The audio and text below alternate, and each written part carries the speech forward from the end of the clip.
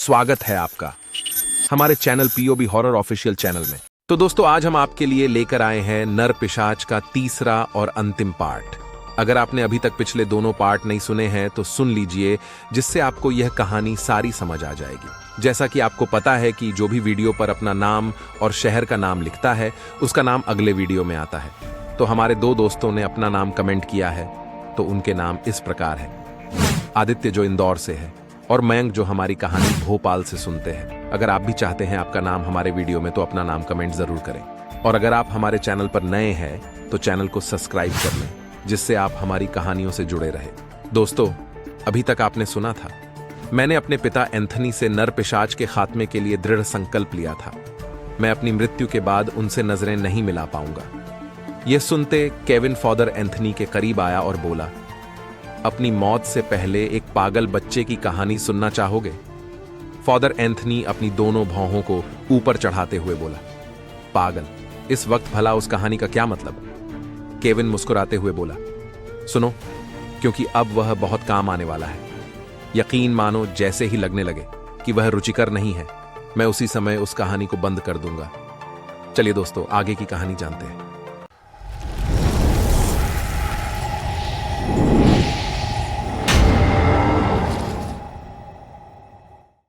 Kevin की बात सुनते ही फादर एंथनी ने अपने सर को हिलाकर इसकी अनुमति प्रदान की।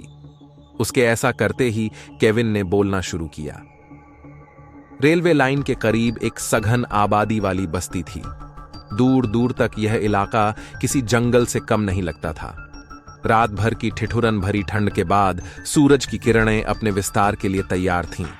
कुछ ग्रामीण महिलाएं और पुरुष एकत्रित थे। वहां मौजूद सभी महिलाओं के चेहरे पर घनघोर आश्चर्य सिमटा हुआ था। वहां धरती पर 11 साल का एक लड़का जमीन पर लेटा हुआ था। क्या बात है ज्योति, ये बच्चा किसका है? भीड़ में खड़ी एक महिला ने कहा। पता नहीं, सुबह जब दरवाजा खोला तो ये सामने पड़ा हुआ दिखा। क्या पता आसपास के गांव से भटकता हुआ यहां आ पहुंचा होगा, दूसरी औरत ने जवाब देते हुए कहा। बड़ी हैरत की बात है, इतनी ठंड में इसने पूरी रात खुले आसमान के नीचे ही गुजार दी। ये कहती हुई ज्योति ने जैसे ही उस बच्चे के बदन को स्पर्श किया, वह फिर से चौंकती हुई बोली, ओह, इसका बदन तो बुखार से तप रहा है। यह कहती हुई ज्योति उस 11 साल के लड़के को अपने साथ अपने घर ले गई। थोड़ी देर में उस बच्चे को होश आया तो वह बेहद शांत था। ज्योति को बड़ा ही आश्चर्य हुआ जब उसने देखा कि उस लड़के ने कोई खास प्रतिक्रिया नहीं दी। थोड़ी देर बाद उसे पता लगा कि शायद वह लड़का बोलने असमर्थ था। उसने इशारे से समझाया कि वह किसी दूर गांव में रहता था और किसी ट्रेन के डिब्बे में खुद को छिपाते हुए यहां बरेली आ पहुंचा। उसे टीटीई ने बिना टिकट के पकड़ा तो बरेली स्टेशन पर उतार दिया। फिर रात को वह भटकते भटकते इस बस्ती में आ पहुंचा और वह रात के किसी वक्त नींद के आगोश में समा गया। हालांकि ज्योति गरीब तो थी, लेकिन बहुत कोमल हृदय वाली महिला थी। इस वजह से वह उसे अपने साथ रखने को राजी हो गई। वह अपने पति और 8 साल के बेटे के साथ रहती थी। उसके पति भी उसको अपने साथ रखने को राजी हो गए। कुछ दिन तक तो सब कुछ सामान्य रहा। एक सुबह ज्योति ने देखा कि उसके छोटे बेटे के गले पर किसी के काटने का गहरा निशान था। उसने सोचा कि वह निशान किसी कीड़े के काटने की वजह से हो गया होगा। फिर एक रात अचानक उसको अपने छोटे बेटे के चीखने की तेज आवाज आई। ज्योति की आंखें जैसे ही खुलीं, वह यह देखकर चौंक गई कि उसके बेटे की छाती पर वह गूंगा लड़का सवार था और उसके बेटे के चेहरे के ऊपर झुका हुआ था। ज्योति ने जैसे ही उसे अपने बेटे की छाती से हटाने की कोशिश की, उसने अपनी पकड़ और भी मजबूत कर दी। थोड़ी मशक्कत के बाद जब उसके पति और उसने मिलकर उसे अपने बेटे के जिस्म से जुदा किया तो देखकर दंग रह गए। उन दोनों ने देखा कि उनके बेटे के गले से खून बह रहा था। इतना ही नहीं, बल्कि उस गूंगे लड़के के होंठ खून से सने हुए थे। सब के सब मारे जाएंगे, वह नर पिशाच किसी को भी नहीं छोड़ेगा। ये कहते हुए अचानक वह लड़का फिर से उस बच्चे पर झपटने की कोशिश करता है। इस आवाज के उस लड़के के मुंह से निकलते सुन सभी चौंक गए थे। वह अभी तक उस लड़के गूंगा समझने की भूल कर रहे थे। उन्होंने बड़ी मुश्किल से उस पर काबू पाया और इस काम में ज्योति के पति प्रदीप ने साथ ना दिया होता तो उस पर काबू पाना इतना आसान नहीं था। अगली सुबह प्रदीप उस लड़के को लेकर बरेली के किसी प्रसिद्ध मनोचिकित्सक के पास गया और उसने उस लड़के से संबंधित सारी जानकारी दी। वहां उस लड़के ने अपना नाम छोटू बताया था। मनोचिकित्सक एक अनाथालय के बारे में जानता था, उसे वहीं रखवा दिया। वह उस इलाके का बहुत बड़ा अनाथालय था। वहां 5 साल से लेकर 20 साल के लड़के मौजूद थे। 20 साल तक उन्हें प्रशिक्षण देकर बाहरी दुनिया के लायक बना देते थे और उसके बाद उन्हें वह अनाथालय छोड़कर जाना पड़ता था। उस दिन की हरकतों के बाद छोटू ने काफी हद तक अपने मन को नियंत्रित कर लिया था। उसका अधिकतर समय किताबों को पढ़ने में जाता था। उसने रात के वक्त सबसे छिपाते हुए नरभक्षी, ड्रेकुला, नरपिशाच संबंधित लगभग सारी किताबें को पढ़ना शुरू किया। वह लगातार 4 सालों तक इन्हीं किताबों में डूबा रहा। फिर एक रात अचानक से वहां मौत का खेल शुरू हो गया। हर महीने एक बच्चे की मौत होने लगी। जिस बच्चे की मौत होती थी वह 5 से 10 साल का ही होता था। उन बच्चों के गले के नीचे गहरा घाव होता था। अनाथालय का प्रबंधन इस तरह की घटना को देखकर सख्ते में आ गया। उन्होंने जांच बिठाई, लेकिन उसका भी कोई नतीजा नहीं निकला। फिर एक रात एक बच्चे के चीखने की आवाज आई। वह लगातार चीखे जा रहा था। चीख से पूरे अनाथालय में खौफ और सनसनी की लहर दौड़ गई थी। अनाथालय का अजीब मंजर था। अब काफी सारे लड़के वहां जमा हो गए थे। हर शख्स के चेहरे पर हवाइयां उड़ रही थीं और आपस में पूछ रहे थे कि क्या हुआ, किसकी चीख थी। शोर लगातार बढ़ता ही जा रहा था।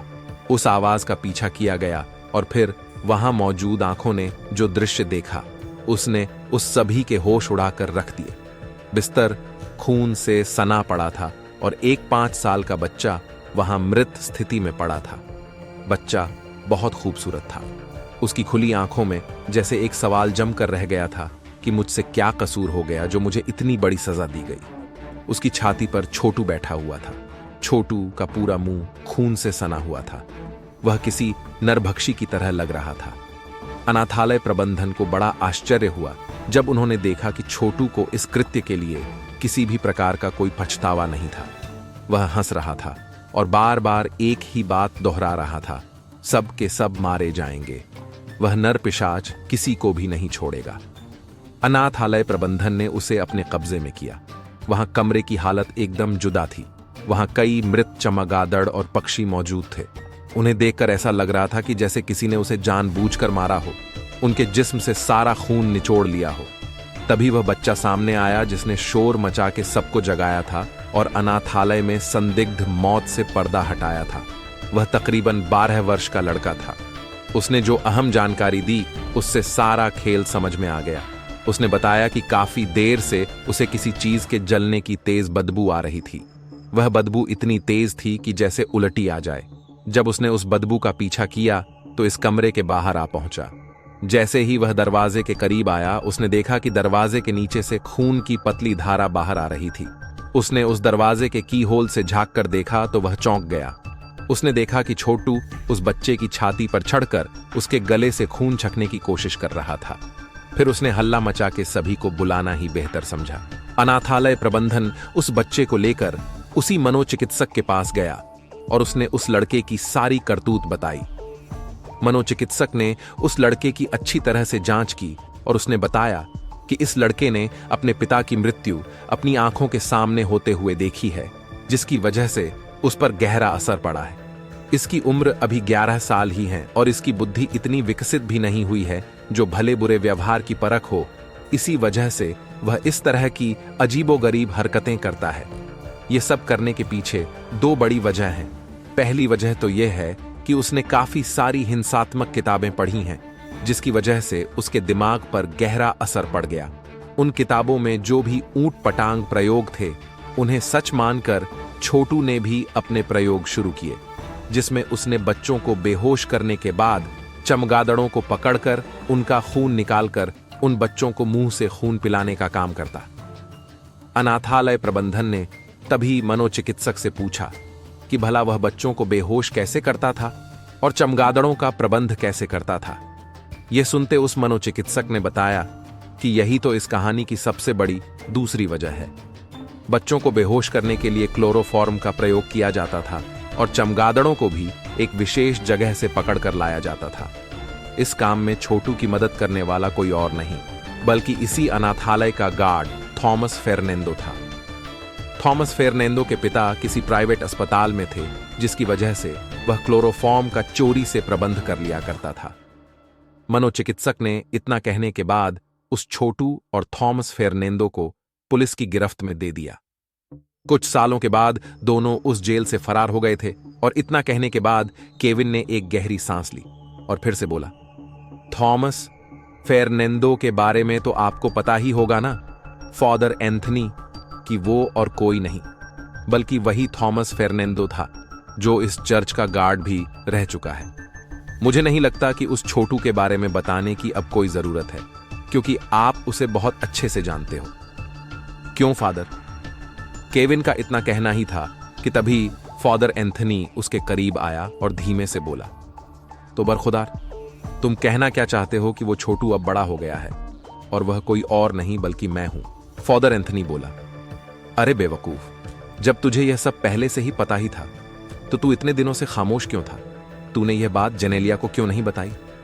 केविन बोला, काश कि यह बात मुझे पहले पता होती तो मैं आज जेनेलिया की प्राणों की रक्षा कर सकता था। अभी थोड़ी देर पहले आपने जब मुझे चर्च के प्रार्थना भवन में भेजा था तब मेरे बॉस विश्वनाथ पाटिल का कॉल आया था और उन्होंने ही छोटू से फादर एंथनी बनने की कहानी मुझे सुनाई। उन्होंने ही मुझे बताया कि नरपिशाच ने जब आपके पिता को मौत के घाट उतारा था तो उनकी सांस उखड़ने तक तुम्हारी आंखें उन पर ही टिकी थीं। इस वजह से उसका असर अब तक तुम्हारे मन मस्तिष्क पर छाया हुआ है। लेकिन मेरे दिमाग में अभी भी एक दो बातें खटक रही हैं। मेरी समझ में ये नहीं आया, जिसके बारे में सोचकर काफी देर से परेशान हूं। वह यह कि जब नरपिशाच हर अमावस की रात को ही अपने ताबूत से बाहर आता है तो फिर कल रात को वह अपने ताबूत से बाहर कैसे आ गया, वो भी लाचार अवस्था में कि उसे अपना कोई होश नहीं था। केविन की बात सुनते ही फादर एंथनी मुस्कुराया, जैसे उस हरकत के पीछे भी वो ही जिम्मेदार हो। उसके चेहरे पर रहस्यमयी मुस्कान बिखर गई। उसने केविन की तरफ देखा और बोला, इसका जवाब भी काफी हद तक तुम दे चुके हो। तुम यह इतनी जल्दी कैसे भूल सकते हो कि थॉमस फेर्नेंदो वो ही शख्स था जिसने मेरी मदद छोटे बच्चों को बेहोश करने में की थी। मैंने और थॉमस फेर्नेंदो ने साथ मिलकर कल रात की योजना पहले ही तय कर ली थी।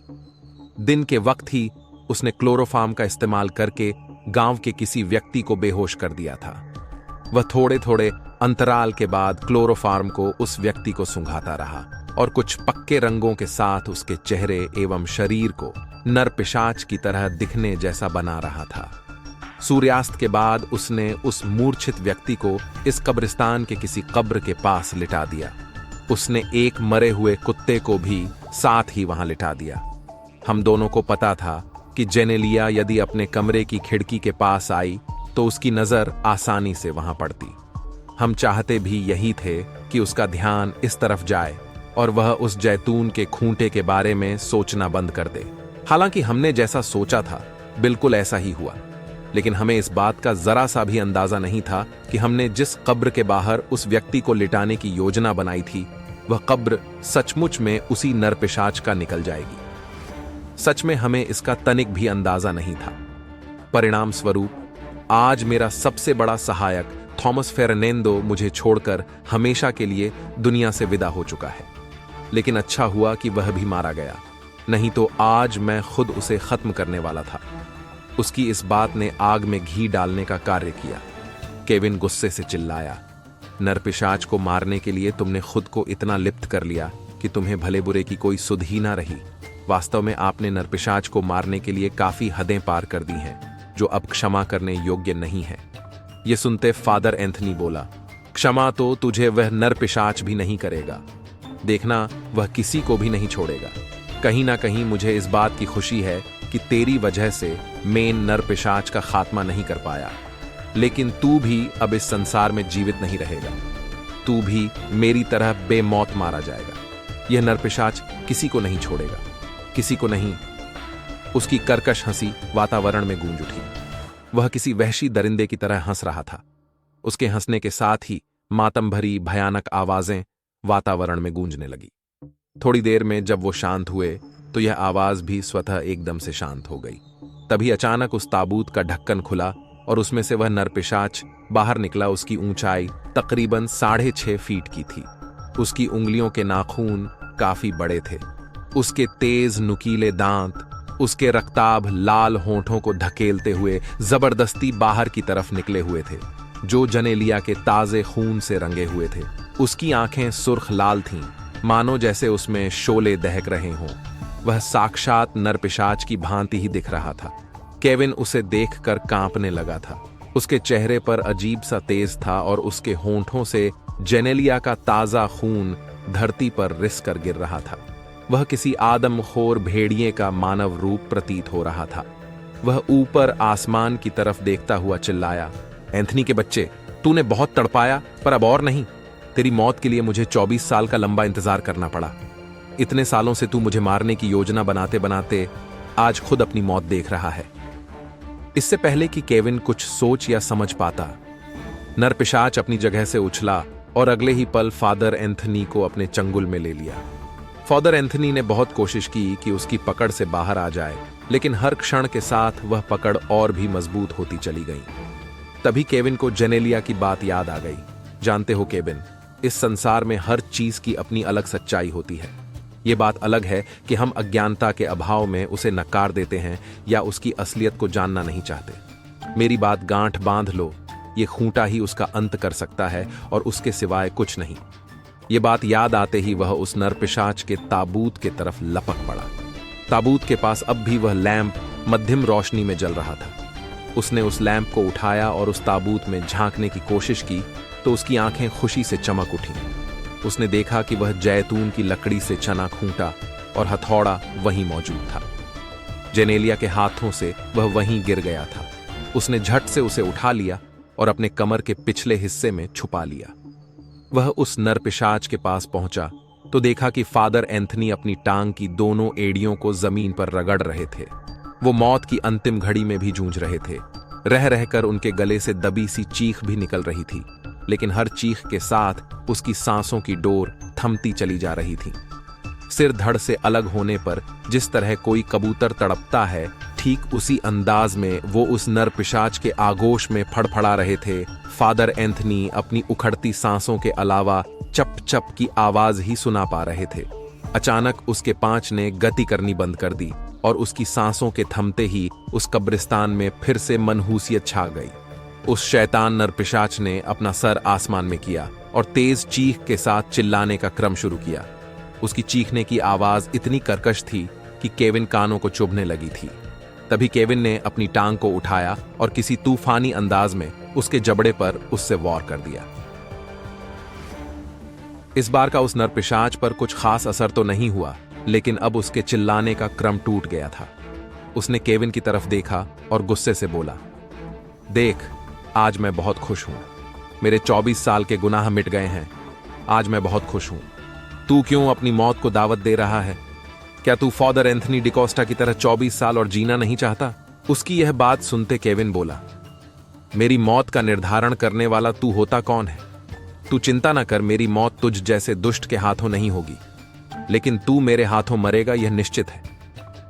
उसकी बात सुनते ही नरपिशाच हंसते हुए बोला, देख, तुझसे पहले भी कई फादर आए और बड़े बड़े दावे करने के बाद भी मेरा बाल भी बांका नहीं कर सके। फिर तू किस खेत की मूली है? एंथनी ने कई वर्षों तक मेरी मृत्यु की योजना बनाई और मेरी राह ताकता रहा, लेकिन जब उसका मुझसे सामना हुआ तो अंजाम क्या हुआ वह तुझे भी पता है।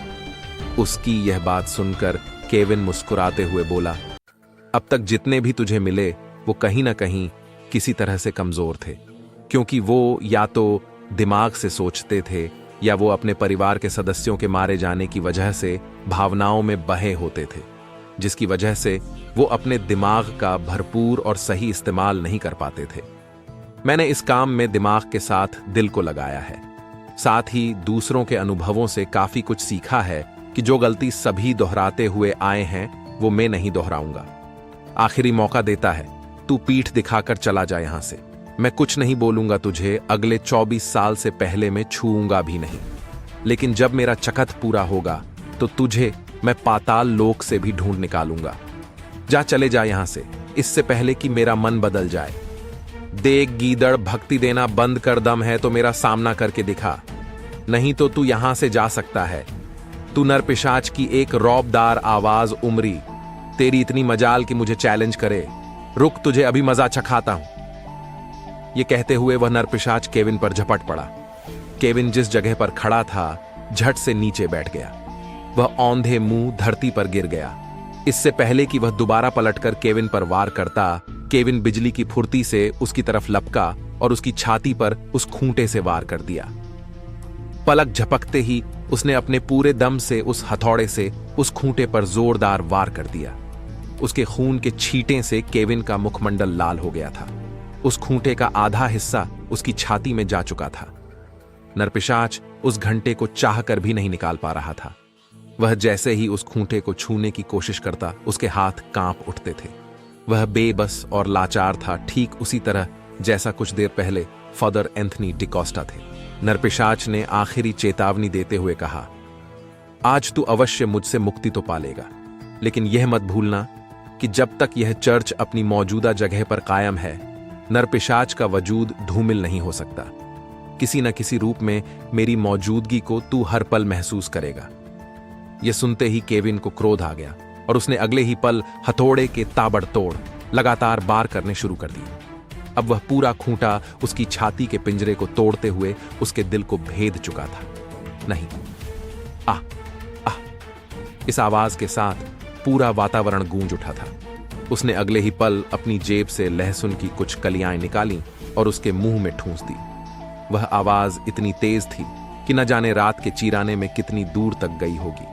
कुछ ही देर में वहां गांव के कुछ साहसी लोगों की भीड़ इकट्ठी हो गई। देखते ही देखते वहां पूरे गांव का जमावड़ा लग गया था। केविन अब भी उस विशालकाय नरपिशाच की छाती पर विराजमान था। उसने जब नजर उठाकर देखा तो गांव वालों को अपने इर्द गिर्द पाया। उसे इस बात का जरा भी आश्चर्य नहीं हुआ। वह अगले पल उसकी छाती से उठा और उस नरपिशाच के ताबूत की तरफ बढ़ चला। उसने आखिरी बार जेनेलिया के मृत जिस्म को देखा। उस ताबूत के अंदर अर्धनग्न अवस्था में जेनेलिया का जिस्म पड़ा हुआ था। उसकी खुली आंखों में उसकी मौत का खूनी मंजर कैद हो चुका था। केविन ने मन ही मन जेनेलिया का आभार व्यक्त किया कि उसकी जैतून के खूंटे की वजह से ही आज नरपिशाच का खात्मा संभव हो सका है। फादर डिकोस्टा की मानसिक विकृति का ही यह परिणाम था कि उन्होंने किताब में लिखी बात को पूर्णतया सत्य मान लिया था और आवश्यकता से अधिक अतार्किक प्रयोग किए। केविन भीगी पलकों के साथ वहां पड़े लैंप को उठाया और उस नरपिशाच के जिस्म के करीब आया। उसने उस लैंप को थोड़ा टेढ़ा किया और नरपिशाच के जिस्म पर मिट्टी तेल का छिड़काव करने लगा। अगले ही पल उसने उस लैंप की बत्ती को निकाला और उसके ऊपर फेंक दिया। उस नरपिशाच का जिस्म धू-धू करके जलने लगा। गांव वाले उसे पूरी तरह जलाकर खाक करने में लग गए। अब वह नरपिशाच चौहड़पुर के लोगों के दिल और दिमाग से हमेशा के लिए आजाद हो चुका था। उसने जेनेलिया के पार्थिव शरीर को कैथोलिक मान्यता के अनुसार उस कब्रिस्तान में दफन कर दिया। उसे जेनेलिया की मृत्यु बहुत खल रही थी। उसे इस बात का बेहद अफसोस था कि वह उन दोनों में से किसी एक को भी बचा नहीं सका। अब वह पूरे चर्च में अकेला पड़ गया था। उसने अपनी आगे की जिंदगी उसी चर्च में ही फादर बनकर गुजारने का फैसला किया था। लेकिन केविन को अब भी विश्वास नहीं था कि उसने यह काम कर दिखाया है।